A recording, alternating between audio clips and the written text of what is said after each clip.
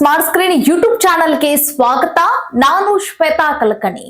ಯತ್ನಾಳ್ ಅವರನ್ನ ಬಿಜೆಪಿ ಪಕ್ಷದಿಂದ ಉಚ್ಚಾಟನೆ ಮಾಡ್ತಾರ.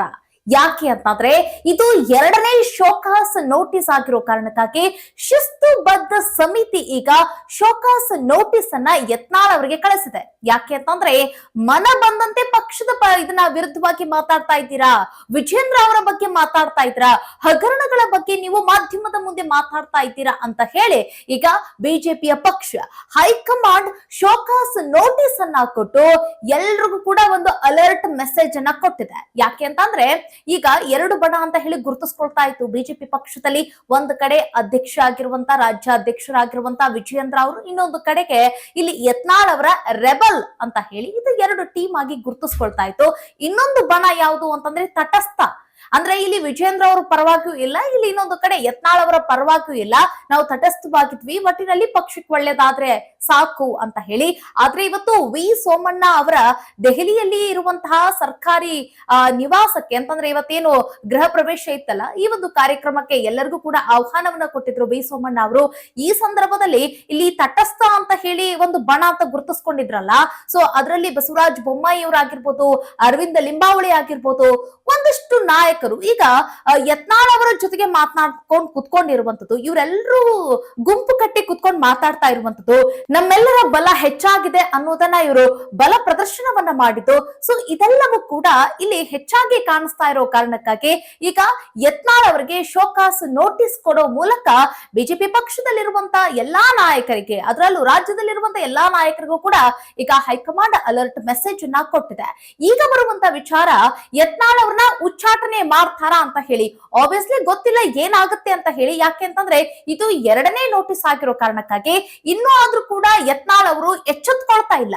ವಿಜೇಂದ್ರ ಅವರ ಬಗ್ಗೆ ಹಗುರವಾಗಿ ಮಾಧ್ಯಮಗಳ ಮುಂದೆ ಎಲ್ಲಂದ್ರೆ ಅಲ್ಲಿ ಹಾದಿ ಬೀದಿಯಲ್ಲಿ ರಂಪಾಟವನ್ನ ಮಾಡ್ತಾ ವಿಜೇಂದ್ರ ಅವರ ಬಗ್ಗೆ ಮಾತಾಡ್ತಾ ಇದ್ದಾರೆ. ಸೊ ಹೀಗಾಗಿ ಈಗ ಹೈಕಮಾಂಡ್ ಈ ಒಂದು ನಿರ್ಧಾರವನ್ನ ತೆಗೆದುಕೊಂಡಿದೆ. ಅದರಲ್ಲೂ ದೆಹಲಿಯ ಒಂದು ಎಲೆಕ್ಷನ್ ಅಲ್ಲಿ ಬ್ಯುಸಿ ಆಗಿರುವಂತದ್ದು, ರಿಸಲ್ಟ್ ನಲ್ಲಿ ಬ್ಯುಸಿ ಆಗಿತ್ತು.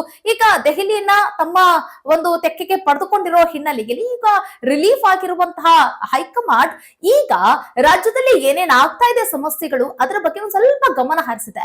ಸೊ ಇಲ್ಲಿ ವಿಜಯೇಂದ್ರ ಅವರ ಬಗ್ಗೆ ಹಗುರವಾಗಿ ಮಾತಾಡ್ತಾ ಇರುವಂತಹ ಯತ್ನಾಳ್ ಅವರಿಗೆ, ಇಲ್ಲಿ ನೀವು ವಿಜಯೇಂದ್ರ ಅವರಿಗೆ ಮಾತ್ರ ಮಾತಾಡ್ತಾ ಇಲ್ಲ, ಪಕ್ಷದ ಒಳಗುಟ್ಟುಗಳನ್ನು ಕೂಡ ನೀವು ಹೊರಗಡೆ ಬಹಿರಂಗ ಮಾಡ್ತಾ ಇದ್ದೀರಿ. ಸೊ ಹೀಗಾಗಿ ನೀವು ಪಕ್ಷಕ್ಕೆ ಡ್ಯಾಮೇಜ್ ಮಾಡ್ತಾ ಇದ್ದೀರಿ ಅನ್ನೋ ಒಂದು ನಿಟ್ಟಿನಲ್ಲಿ ಈಗ ದೆಹಲಿಯಿಂದ ಹೈಕಮಾಂಡ್ ನಿಂದ ಈಗ ಯತ್ನಾಳ್ ಅವರಿಗೆ ಶೋಕಾಸ್ ನೋಟಿಸ್ ಬಂದಿದೆ.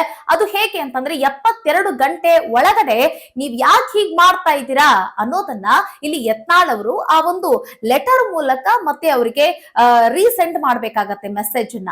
ಸೊ ಯತ್ನಾಳ್ ಅವರು ಅದನ್ನ ಯಾವ ರೀತಿ ತೆಗೆದುಕೊಂಡು ಹೋಗ್ತಾರೆ ಅದನ್ನ ನೋಡ್ಬೇಕಾಗತ್ತೆ. ಯಾಕಂದ್ರೆ ಕಳೆದ ಬಾರಿ ಅವರಿಗೆ ಬಂದಿರುವಂತಹ ಲೆಟರ್ಗೆ ಒಂದ್ ಸ್ವಲ್ಪ ಅಸಮಾಧಾನವನ್ನ ವ್ಯಕ್ತಪಡಿಸಿದ್ರು. ಈಗ ಇನ್ ಯಾವ ರೀತಿಯಾಗಿ ರಿಯಾಕ್ಟ್ ಮಾಡ್ತಾರೆ ಅನ್ನೋದು ಕೂಡ ಇಲ್ಲಿ ಬಹಳ ಗಮನಾರ್ಹವಾಗಿರುವಂತಹ ವಿಚಾರ.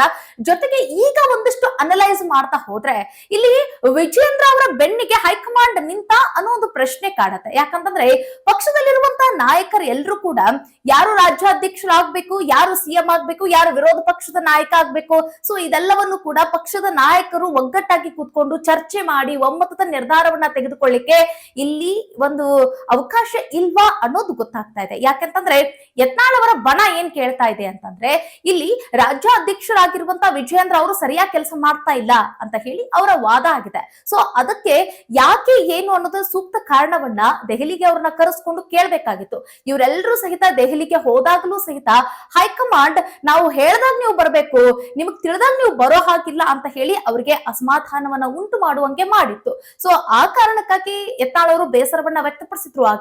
ಈಗ ಮತ್ತೆ ಎರಡನೇ ಶೋಕಾಸ್ ನೋಟಿಸ್ ಅನ್ನ ಕಳಿಸ್ಕೊಟ್ಟಿರೋದು ವಿಜಯೇಂದ್ರ ಅವರ ಬಗ್ಗೆ ಹಗುರವಾಗಿ ಮಾತಾಡ್ತಿದ್ರೆ, ಪಕ್ಷದ ಬಗ್ಗೆ ನೀವು ಎಲ್ಲಂದ್ರಲ್ಲಿ ನೀವು ಬಾಯಿಗೆ ಬಂದಂಗ್ ಮಾತಾಡ್ತಾ ಇದ್ದೀರಿ ಅಂತ ಹೇಳಿ ಯತ್ನಾಳ್ ಅವರಿಗೆ ಈಗ ನೋಟಿಸ್ ಅನ್ನ ಕಳಿಸಿದೆ. ಸೊ ಇದನ್ನ ನಾವು ಗಮನಿಸ್ತಾ ಇದ್ರೆ ಪಕ್ಷದಲ್ಲಿ ಇರುವಂತ ನಾಯಕರಿಗೆ ಸ್ವತಂತ್ರ ಇಲ್ಲ ಅನ್ನೋದು ಒಂದು ಗೊತ್ತಾಗ್ತಾ ಇದೆ. ಇನ್ನೊಂದು ಕಡೆಗೆ ಇಲ್ಲಿ ವಿಜಯೇಂದ್ರ ಅವರ ಬೆನ್ನಿಗೆ ಇಲ್ಲಿ ಹೈಕಮಾಂಡ್ ನಿಂತ್ಕೊಳ್ತಾ ಅಂತ ಹೇಳಿ, ಮತ್ತೆ ಇನ್ನೊಂದು ಕಡೆಗೆ ತಟಸ್ಥವಾಗಿ ನಿಂತಿರುವಂತ ಬಣ ಅಂತ ಹೇಳಿದೆ. ಸೊ ಅವರು ಕೂಡ ಇವತ್ತು ವಿ ಸೋಮಣ್ಣ ಅವರ ಗೃಹ ಪ್ರವೇಶದ ಸಂದರ್ಭದಲ್ಲಿ ಯತ್ನಾಳ್ ಬಣದ ಜೊತೆಗೆ ಕುತ್ಕೊಂಡು ಮಾತನಾಡುವಂತದ್ದು, ಗುಂಪುಗಾರಿಕೆಯಾಗಿ ಅವರು ಬಲ ಪ್ರದರ್ಶನವನ್ನ ಮಾಡಿರುವಂತದ್ದು. ಸೊ ಇದನ್ನೆಲ್ಲವನ್ನ ನೋಡ್ತಾ ಇರುವಂತ ಸಂದರ್ಭದಲ್ಲಿ ತಟಸ್ಥ ಬಣ ಅಂತ ಹೇಳಿದ್ವಿ. ಸೊ ಅವರು ಯತ್ನಾಳ್ ಅವರ ಬಣಕ್ಕೆ ಒಂದ್ ಸ್ವಲ್ಪ ಬುದ್ಧಿ ಮಾತನ್ನ ಹೇಳ್ಬೇಕಾಗಿತ್ತು. ಸೊ ನೀವ್ ಹಿಂಗೆಲ್ಲ ಮಾತಾಡೋದು ತಪ್ಪಾಗತ್ತೆ ಅಂತ ಹೇಳಿ, ಬಟ್ ಅವರು ಕೂಡ ಅವ್ರ ಜೊತೆ ಕುತ್ಕೊಂಡು ಮಾತನಾಡಿರುವಂತದ್ದು.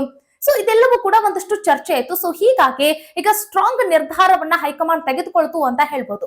ಇನ್ನೊಂದು ಕಡೆಗೆ ಇಲ್ಲಿ ರೇಣುಕಾಚಾರ್ಯ ಅಂತವರು ಮತ್ತೆ ಇನ್ನೊಂದಷ್ಟು ನಾಯಕರು ಏನ್ ಹೇಳ್ತಾ ಇದ್ದಾರೆ ಅಂತಂದ್ರೆ, ಸ್ವತಂತ್ರ ಇದೆ ನಾಯಕರಿಗೆ ಇಲ್ಲ ಅಂತ ಹೇಳೋದಿಲ್ಲ, ಅದನ್ನ ಹೈಕಮಾಂಡ್ ನ ಮೊರೆ ಯಾವ ರೀತಿಯಾಗಿ ಹೋಗ್ಬೇಕು, ಮತ್ತೆ ನಾಲ್ಕು ಗೋಡೆಗಳ ಮಧ್ಯೆ ಚರ್ಚೆ ಮಾಡುವಂತ ವಿಚಾರಗಳನ್ನ ಇವರು ಹಾದಿ ಬೀದಿ ರಂಪಾಟವನ್ನ ಮಾಡಿಕೊಂಡು ಮಾಧ್ಯಮಗಳ ಮುಂದೆ ತಮಗೆ ಏನ್ ತೋಚುತ್ತೋ ಅದನ್ನ ಹೇಳ್ತಾ ಹೋದ್ರೆ ಪಕ್ಷದ ಗೌರವ, ಪಕ್ಷದ ಮರ್ಯಾದೆ ಉಳಿಯುತ್ತಾ? ಮತ್ತೆ ನಮ್ಮನ್ನ ನಂಬ್ಕೊಂಡಿರುವಂತ ಕಾರ್ಯಕರ್ತರು ಮತ್ತೆ ನಮಗೆ ಮತ ಹಾಕಿರುವಂತ ಪ್ರಜ್ಞಾವಂತರ ಮನಸ್ಥಿತಿ ಏನಾಗ್ಬೇಡ ಅಂತ ಹೇಳಿ ಇಲ್ಲಿ ರೇಣುಕಾಚಾರ್ಯ ಮತ್ತೆ ಒಂದಷ್ಟು ನಾಯಕರು ಕೂಡ ರಿಯಾಕ್ಟ್ ಮಾಡಿದ್ರು.